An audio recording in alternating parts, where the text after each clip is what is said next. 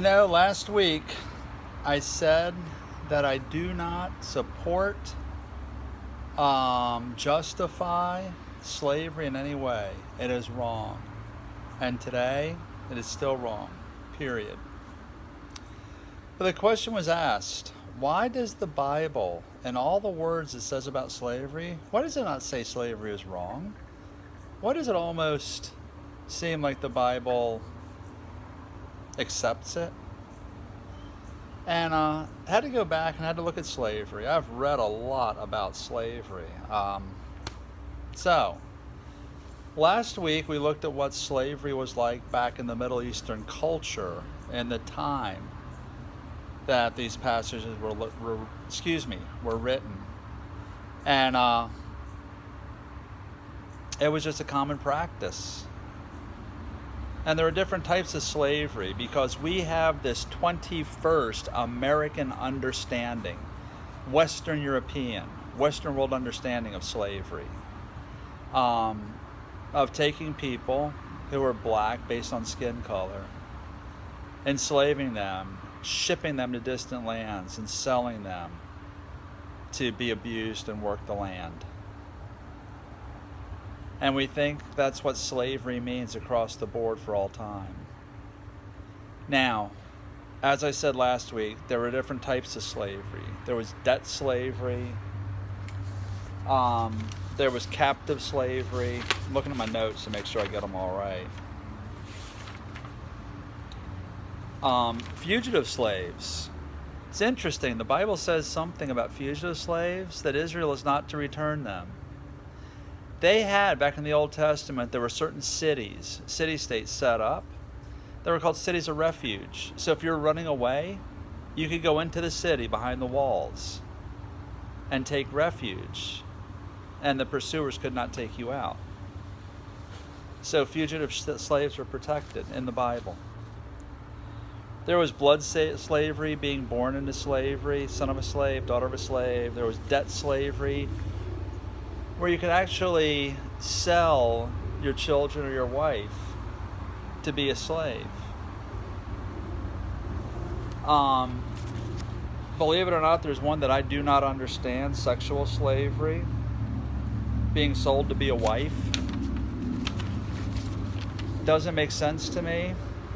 And there's also permanent enslavement. I will bind myself to you. And in this time, slavery was actually a form of protection. Now, remember, slavery is wrong, period. But I'm looking at this not through my eyes, but through the historical eyes in the Middle East, 5,000, 6,000 years ago. And if you had men, women, children who were left on their own, women and children without men to protect them because they were killed in war, or the man ran into debt, or the man fell on hard times and couldn't provide for his family, it was a death sentence. So you could sell yourself or sell your family into slavery so that they would not die. This is just the way it was. And from the slave owner, it was a status symbol. It's the culture of the day. We find this in the Old Testament, New Testament. So in light of these cultural standards, it's not surprising the Bible would address how to treat slaves. And there's a lot said to save humiliation, to save overwork, to prevent exploitation. We'll go into the New Testament, the Greco-Roman world. And there are two particular passages that are relevant to this discussion on what the Bible says about slavery. One is in Ephesians 6. So let me turn there. And in Ephesians 6, it talks about, it actually says laws regarding households. And in Colossians 4, it says the same thing. So slaves were treated as household members. And that's an important distinction, I think, between our Western understanding of slavery based on today and the ancient Middle Eastern world.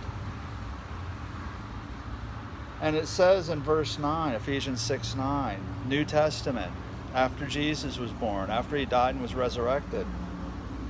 Ephesians 6:9, masters, treat your slaves the same way, giving up the use of threats, because you know that both you and they have the same master in heaven, and there is no favoritism with him. And what was before when it says masters treat your slaves the same way is you treat them as the slaves are commanded to treat their masters, with fear, with trembling, with sincerity, obeying, enthusiastic, and letting Christ's joy live through you. If we go a couple books over to Colossians, letter to Colossians, chapter 4, verse 1, it says, masters, treat your slaves with justice and fairness. And what we see throughout the New Testament, and it says, because you know that you also have a master in heaven. A lot of these writings in the Bible talk about justice, fairness, right treatment, respect. They had a chance to be freed. It was called the year, 7 years. Israelite slaves could go free. Year of Jubilee, 50 years. Provisions were made. And a lot has to do with just, fair treatment and respect for the person. Sounds odd to my American ears, but that's what's written. So again, it goes back to the question, why does the Bible not condemn it? Next week, I'm going to look at that and look and see, does the Bible say anything that does condemn slavery? Maybe there is something there. There's certainly a lot written about the fair treatment and just ways of slavery. But maybe there might be something written about doing away with slavery. Join us next week. We'll take a look. And then I'm going to give you my final thoughts on why the Bible is silent and almost seems to accept slavery. But it's important to lay this groundwork on what the Bible does say.